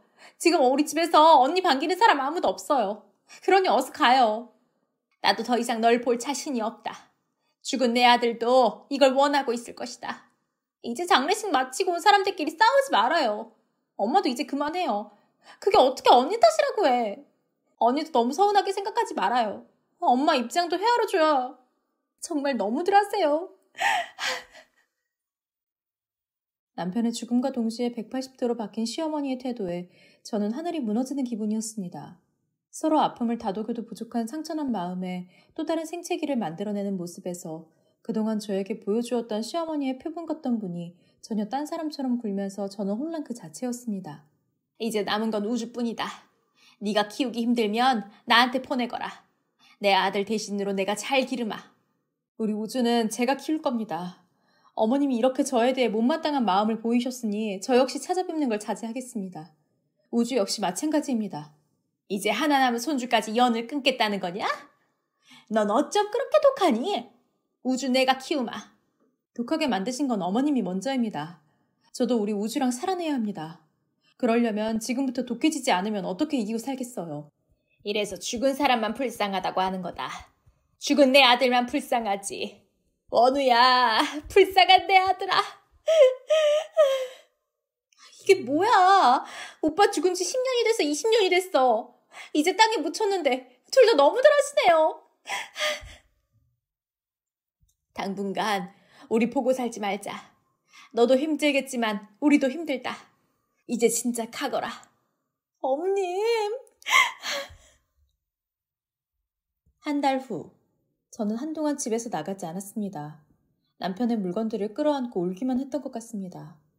아들에겐 미안하지만 제 마음이 더 힘들어서 툭하면 눈물을 보이는 것이 하루 일과였습니다. 아이고, 집안 꼴이 이게 다 뭐냐. 은영아, 아가, 이게 무슨 꼴이냐. 이게 살아있는 사람이냐 송장이냐. 아가, 정신 좀 차려봐라. 왜 왔어? 다 귀찮아. 엄마도 그만 가. 잘하는 짓이다. 네가 이러고 있으면 우주는 온전하겠니? 우주 어디 갔어? 학교 끝났으니 학원에 있겠지. 우주는 자기 알아서 잘하니까 엄마가 이러고 있다고 해도 잘 클 거야. 그게 어미로서 할 말이냐? 그럼 나보고 어쩌라고?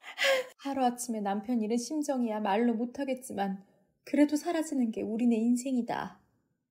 너 이렇게 죽은 김서방 물건 끌어안고 있으면 김서방 좋은 곳으로 못 간다. 구천에 남아 힘들게 보내게 만들고 싶니? 어서 물건들 정리하자. 그래야 너도 정신 차릴 수 있겠다. 그이가 썼던 물건을 어떻게 함부로 버려. 엄마 그런 말 할 거면 가. 난 우주 아빠 물건 하나도 못 버려.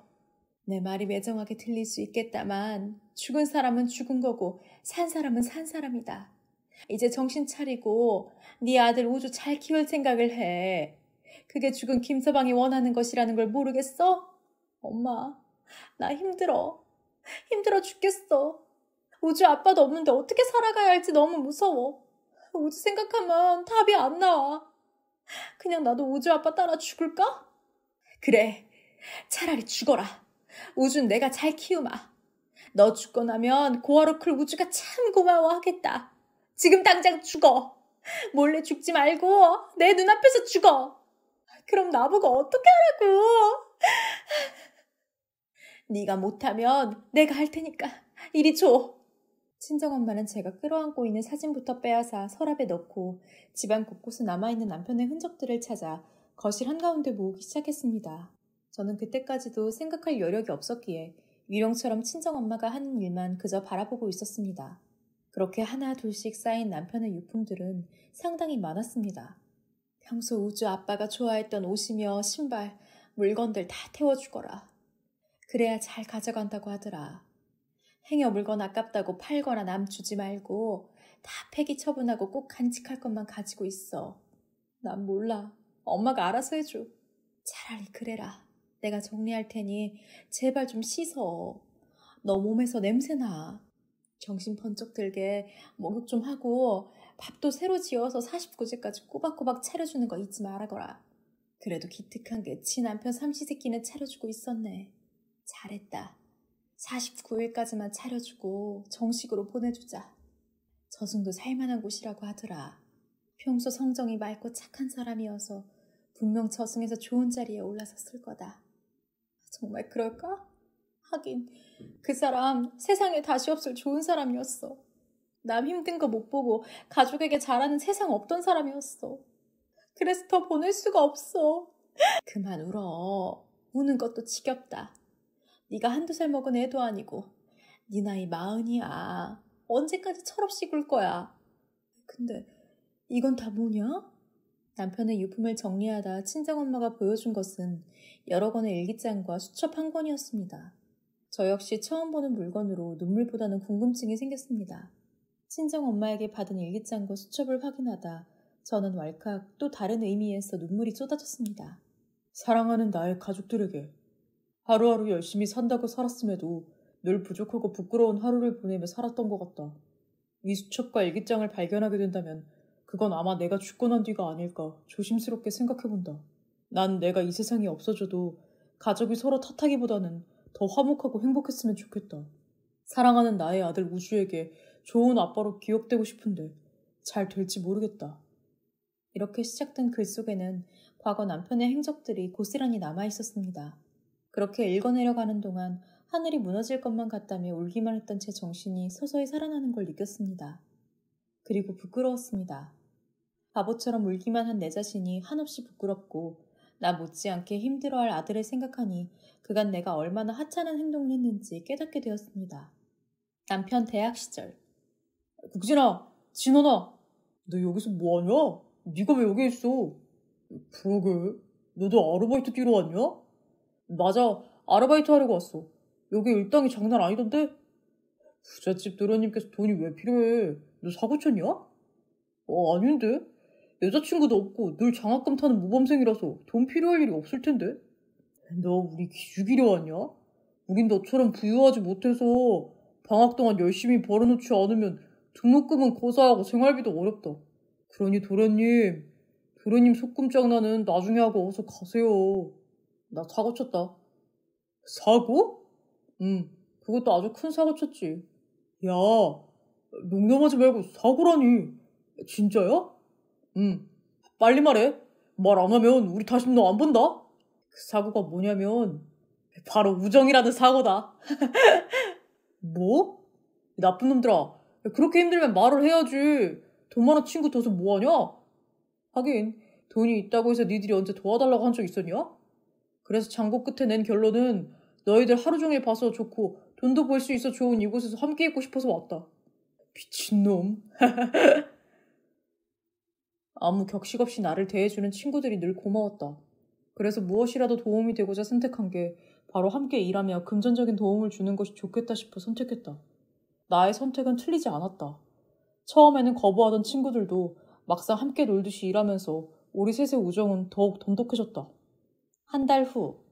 이야, 역시 노가다 일당이 제일 세다니까. 생활비 제외하고 모두 등록금으로 모으면 다음 학기도 됐네. 그러게, 지난번보다 일당이 높아서 계속하길 잘했다는 생각이 든다. 우리 원우 도련님은 살면서 처음으로 몸 쓰는 일을 했는데 그 돈으로 뭐 할 거냐? 나서라, 이 돈으로 병원비 하면 딱이겠다.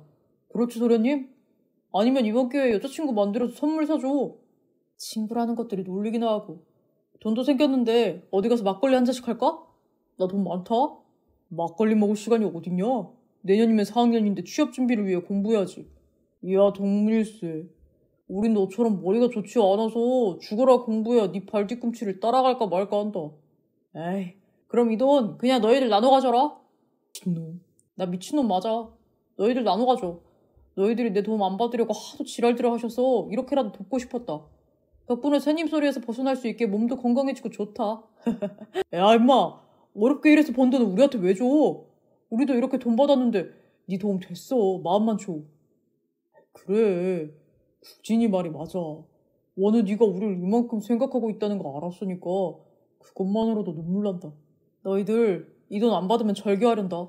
친구들이 힘든데 도움은커녕 방해만 한 꼴이 됐으니 내가 친구 자격이 있겠냐? 앞으로 우리 영원히 보지 말자.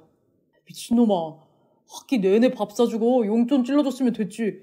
여기서 더 신세지면 우린 금수야. 너 진짜 우리 더 나쁜 놈 만들 거야? 너도 힘들게 일해서 번 돈인데 우리가 무슨 염치로 받아. 그래서 받겠다는 거야 말겠다는 거야. 그럼 이 돈 이 불구덩이 속으로 던져야겠다. 너희들이 안 가져간다면 나한텐 종이에 불과해. 그러니 불쏘시개로 쓰면 되겠다. 던진다? 야, 알았어. 이 녀석은 꼭 한 번씩 사람 귀염하게 만들더라. 줘. 지금은 우리 형편이 거지랑 다름없지만 살면서 다 갚으마. 진작에 그럴 것이지. 이것들은 내가 액션을 취해야만 무서워해요.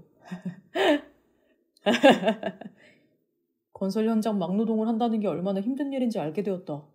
그 힘든 일을 하면서도 꿈을 포기하지 않고 전진해 나가는 친구들을 보면서 가슴 한켠이 먹먹해왔다. 나는 여태 힘든 삶을 살아본 적이 없었구나. 나의 잔 고민들은 정말 하찮은 것들이었구나 느꼈다. 삶을 살아낸다는 것은 자신의 목숨을 바꾸는 일이라는 걸 나의 소중한 친구들을 보면서 알게 되어 기쁘다. 1년 후 마지막 한 학기를 남겨놓고 국진이 아버님이 돌아가셨다. 국진이는 더 이상 대학이 의미가 없다 여기며 자퇴를 한다고 했다. 내가 도와주고 싶다. 마지막 한 학기만 버티면 국진이는 자신이 그토록 원하던 법조인이 될 수 있다. 진원이 역시 가정 형편이 어려워져서 국진이와 함께 생활하고 있다. 이 둘은 나에게는 천금 같은 우정 이상이다. 그런 친구들을 그냥 바라보는 것은 말이 안 된다. 나 자퇴할 거다. 아버지 돌아가시고 남은 빚도 청산해야 하고 동생들도 내가 돌봐야 하는 상황인데 대학이 무슨 소용이냐. 나도 포기할까 한다. 집안은 점점 안 좋아지는데 은근히 내가 돈 벌어왔으면 하는 눈치를 준다. 이만큼 온 것도 나한테는 기적이나 다름없지. 마지막 학기들 남겨놓고 무슨 소리를 하는 거야. 조금만 더 버티면 되잖아. 국진아, 진원아, 응? 네 말은 고마운데 현실은 고마운 말처럼 되는 것이 아니다. 맞아. 현실은 한겨울 눈밭에 알몸으로 서 있는 것과 마찬가지지. 내가 죽거나 자연을 이겨서 탈출하거나. 약한 소리들 그만 좀 해. 너희들한테 맞아 죽을 각오로 하는 말인데 아까 주인 아줌마한테 밀린 방값이랑 내년 2월까지 선납해놨다. 야, 누가 그런 짓을 하래? 도로 가져가. 우리가 여태 너한테 얻어먹은 게 얼만데. 이 술하고 안주도 네가 다 사온 거잖아. 그래. 우리 일은 우리가 알아서 해. 언제까지 너한테 빌붙어 다닐 순 없어. 빌붙어? 너희들이 이제까지 나 만나면서 빌붙어 다녔다고 생각한 거야? 너희들한테 실망이다. 야, 임마. 솔직히 빌붙어 다닌 게 맞는데 왜 화를 내? 그럼 우리가 뭐가 돼? 돈 좀 있는 친구한테 도움 좀 받으면 안 되냐? 작년 아르바이트 때도 내가 억지로 주지 않았으면 받지도 않는 배짱은 뭐냐? 살면서 갚아. 나중에 내가 혹시 무슨 문제가 생기거나 그럼 내 가족들한테 갚으면 되잖아. 우리 제발 빡빡하게 굴지 말자. 나 돈 좀 있다고 너희들이 우스개로 놀릴 때마다 얼마나 창피한 줄 알아? 그건 네가 편하니까 우리가 농담하는 거지. 네가 우리 친구가 아니면 우리도 이렇게 너 못 봐. 알아, 자식아? 너 착하고 좋은 놈인 거 알아. 그렇다고 그런 마음을 아무한테나 주는 놈도 아니라는 거 알아.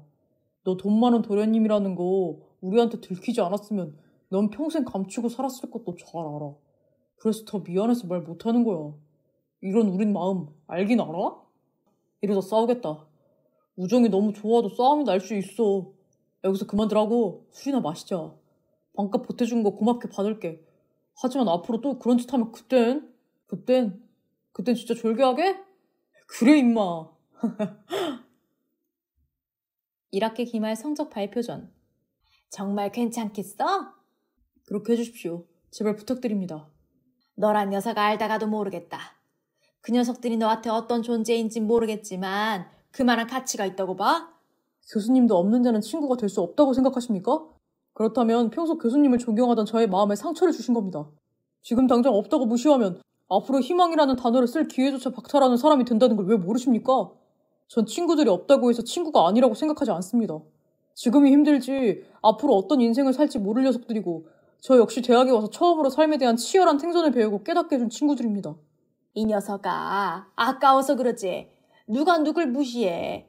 마지막 학기까지 장학금을 탈 수 있는데 친구한테 양보하는 네 마음과 이렇게 돈까지 가져와서 외부 장학금이라고 주라고 하는 네 모습이 솔직히 아까워서 그런다. 나도 너 보면서 반성 많이 하고 있다. 때론 착하게 사는 게 바보같이 이용만 당하는 것이라고 생각했던 내가 부끄럽고 한심해서 그런다. 그러니 꼭 부탁드립니다. 마지막 학기 가난으로 포기하게 만드는 건 제가 용납이 안 됩니다.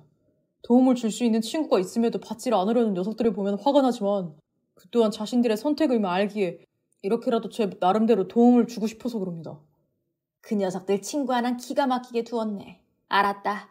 진국인 같은 과니까 장학금으로 대처하고 진원인 자기 교수님께 말씀드려서 장학금 받을 수 있게 하마. 감사합니다. 남편의 일기 중 일부. 나의 보물이 태어났다. 아빠로서 책임감이 막중하다. 나의 아들은 나보다 더 현명하고 맑은 정신과 밝은 성격으로 잘 자라주었으면 좋겠다. 힘들게 출산한 아내의 얼굴을 보니 나를 꼭 닮은 아들을 안겨주는 사랑스러운 아내. 평생을 행복하게만 살게 해주고 싶다.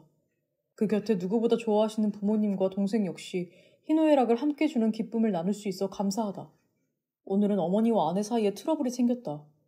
서로를 위해 침묵을 택하긴 했지만 화목하게 잘 지냈으면 좋겠다. 그래도 우리 집은 고부 갈등이 적어서 이 또한 축복이다. 낯선 두 사람이 만나 새로운 가족을 탄생한다는 것이 이렇게 어려울 줄 몰랐다. 나의 작은 바람이 있다면 처음 서로를 귀하게 받아들였던 그때처럼 잘 지냈으면 좋겠다. 저는 남편의 일기장과 수첩을 보면서 왈칵 또 한 번 눈물을 쏟아내야 했습니다. 자신에 대한 욕심보다는 사람들의 연민으로 가득 차 있었습니다. 특히 가족에 대한 애정이 남달랐던 남편의 성정이 고스란히 적힌 글을 보고 있노라니 제 자신을 반성하게 되고 시댁에 대한 미안한 마음이 커져만 갔습니다. 그럴수록 먼저 간 남편이 더욱 보고 싶어졌습니다. 남편 사망 6개월 후. 재수씨, 여기입니다. 우주야, 삼촌들 여기 있다. 우리 우주 큰 것 좀 봐라. 다들 잘 지내셨어요? 우주 인사드려. 안녕하세요, 삼촌들. 우리 우주 갈수록 아빠를 쏙 닮아가네. 재수씨, 힘드시죠? 얼굴이 많이 헬쓱하네요. 그래도 몸 챙겨야 합니다. 걱정해 주셔서 고맙습니다. 그런데 무슨 일로? 다른 건 아니고 내 친구가 하늘로 간 지 벌써 6개월이나 흘렀는데 저희가 해드린 게 없어서 고민 좀 해봤는데요. 쑥스럽긴 하지만 저희들이 생각해낸 것이 우리가 우주 보호자가 되고자 합니다. 보호자라니요? 우린 우주 아빠를 만나면서 결심했던 것이 있었는데 바로 내 친구 원우가 혹시라도 안 좋은 일을 겪으면 우리가 가족들을 도와주기로 했습니다. 아니에요. 이렇게 잊지 않고 생각해 주신 것만으로도 충분히 감사드립니다. 우리 둘 원우 녀석한테 받은 게 많습니다. 이렇게 해서라도 갚을 수 있도록 양보 좀 해주십시오. 그렇게 하세요. 다른 건 몰라도 우리 우주 대학까지 저희들이 등록금 걱정 없도록 하겠습니다. 이것마저 거절하신다면 저희 평생 죄인으로 살아야 합니다. 저희들 생각 꼭 받아주세요. 그럴 순 없어요.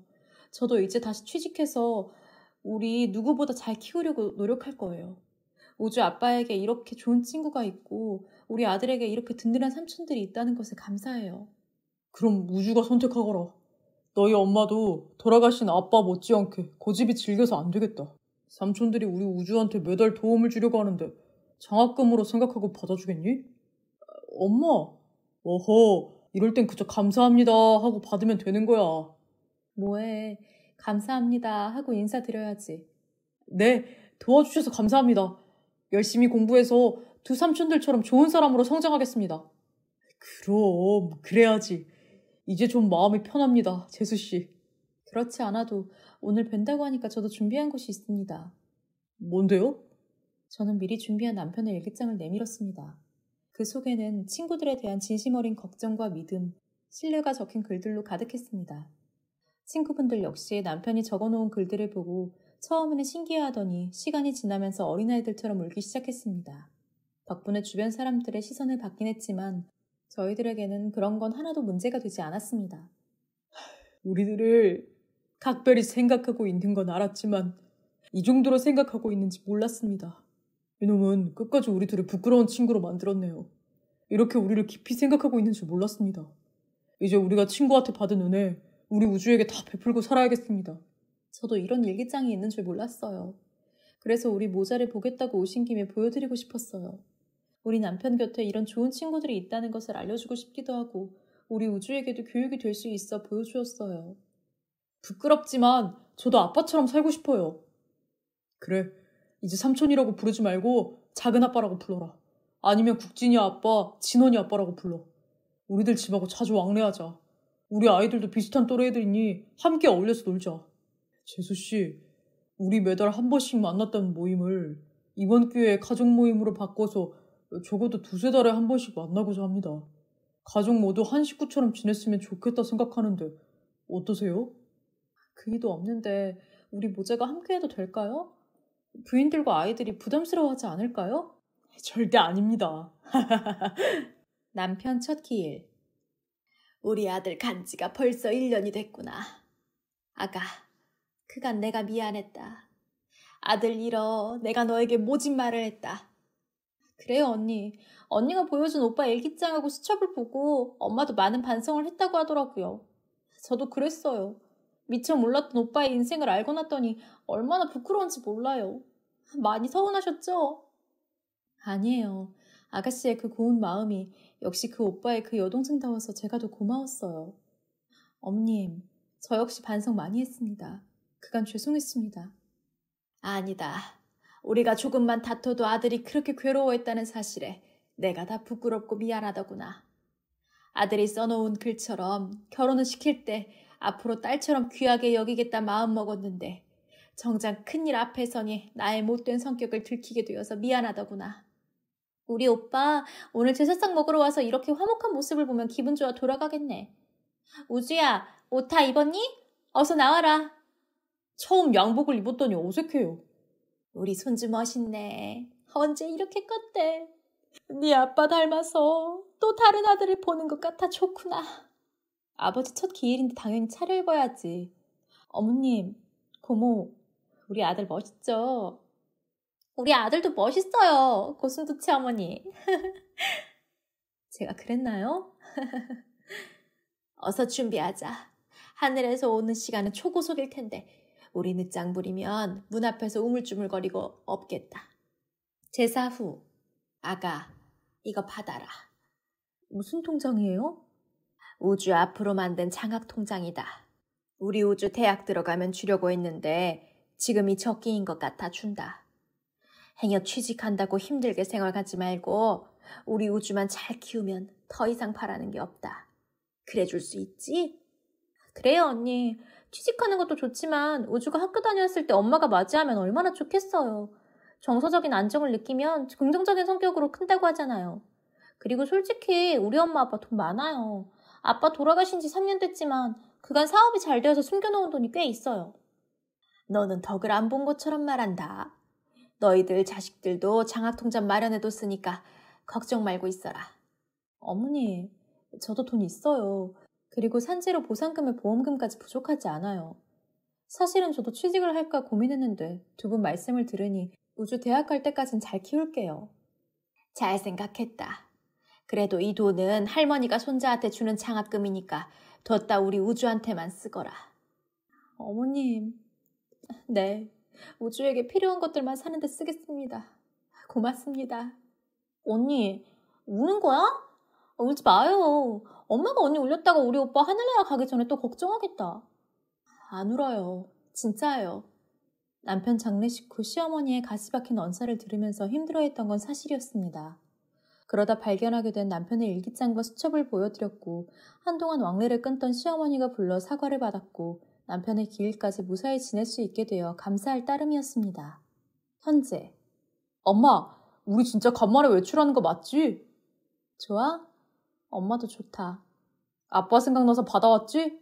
아빠가 바다를 좋아해서 어렸을 때부터 우리나라 유명한 바다는 다 다녔잖아. 우리 아들 눈치가 좋네. 맞아. 아빠가 생각나서 받아왔어. 넌 바다가 싫으니? 누구 아들인데. 나도 바다가 좋아. 그리고 나 장래도 정했어. 뭐? 우리 아들 장래 희망은 하루에도 12번씩 바뀌는데 내가 아는데 또 바뀌었어? 이번엔 진짜야. 그럼 나 앞으로 엄마한테 아무 말 안 하고 산다? 아니야, 미안해 아들. 엄마 궁금해 알려주세요. 아빠처럼 국선 변호사가 될 거예요. 우리 주변엔 어려운 이웃들이 많은데 변호사 선임비가 비싸서 고소를 하려고 해도 힘들어하는 분들이 많아요. 우리 아들 어디서 그런 말도 다 들었어? 국준 아빠가 알려줬어요. 국준 아빠도 처음엔 돈 욕심이 많아서 유명한 곳에서 변호사 활동을 하셨는데 아빠가 돌아가시고 인생을 달리 생각해 보셨대요. 아빠가 국선 변호사가 되어서 어려운 이웃들에게 도움을 주는 착한 변호사로 살겠다고 다짐하셨대요. 엄마 생각은 좀 다른데? 그런 훌륭한 생각을 하는 것도 좋지만 그건 말고도 많은 좋은 일들을 할 수 있는 직업들이 있어. 우리 아들이 아직 중2니까 좀 더 신중히 고민해보고 많은 경험과 여행을 하면서 나중에 고등학교 올라가서 그때 진짜 고민해보는 건 어떨까? 나도 아빠 뒤를 잇고 싶은데 엄만 싫어? 아니, 훌륭한 생각이지. 근데 늘 꿈이 바뀌는 우리 아드님의 마음이 흔들리지 않고 굳건하게 밀고 나가는 직업을 생각할 수 있으니 너무 조급해하지 말라는 의미야. 우리 엄마 가끔 철학자 같은 말을 많이 해. 엄마 전공은 철학이 아니라 심리학입니다. 너 요즘 책보다 공부를 더 열심히 하더라. 책 속에 재밌는 인생이 얼마나 많은데 맨날 공부만 하니? 어머니, 제 일은 제가 알아서 합니다. 아들 바보 우리 엄마 어쩌면 좋아? 아들 바보에서 아들 집착될까봐 두렵네. 너 하고 싶은 대로 해. 엄마가 간섭이 많았다. 미안. 그 사과는 받아들일게. 바닷바람 냄새 너무 좋다. 시야가 확 트인 게 마음까지 시원해진 기분이구나. 엄마랑 아빠는 어떻게 만나셨어요? 그러고 보니 엄마 아빠 연애를 들어본 적이 없어. 들려주세요. 부끄러운데? 사실은 아빠 학과랑 엄마 학과랑 단체 미팅을 했거든. 엄마가 나가고 싶어서 나간 자리가 아니라 친구가 대신 나가주라고 해서 어쩔 수 없이 나갔는데 20쌍 정도였거든. 거기서 남학생들은 다들 잘난 척하기 바빴는데 유독 말이 없는 새 친구가 있었는데 그게 아빠랑 삼촌들이었어.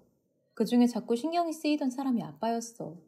아주 잘생기고 웃는 게 매력적인 남학생이었거든. 에이, 잘생겼다는 말은 솔직히 믿을 수 없다. 아빠는 그냥 스마트한 스타일이지 잘생기진 않았잖아. 그래서 나도 잘생겼다는 소리를 못 듣고 있는데 엄마는 거짓말쟁이야. 어머? 남들 눈에 잘생긴 게 무슨 소용 있어. 엄마 눈엔 네 아빠가 세상에서 제일 잘생겨 보였어. 그리고 결혼해서 나온 우리 우주는 업그레이드된 상남자가 크고 있잖아. 엄마 눈엔 너랑 아빠만 세상에서 제일 잘생겨 보이더라. 고모 말처럼 우리 엄마 고슴도치 엄마 맞네.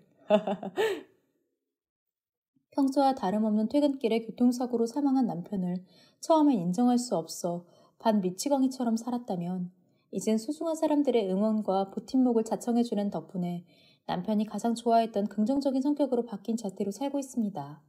남편 사망 후 자칫 잘못했으면 시댁과 연이 끊어질 뻔했는데 남편이 남기고 간 일기장과 수첩을 보면서 인생에 대한 생각과 앞으로 더 잘 살아야겠다는 의지가 높아졌습니다. 살다 보면 뜻하지 않는 사건, 사고들이 생기기 마련인데 그때 주저앉아 버리면 다시 일어서기 어렵다는 걸 기억하시고 남은 가족들과 고마운 주변 사람들을 생각하며 힘내시길 바랍니다.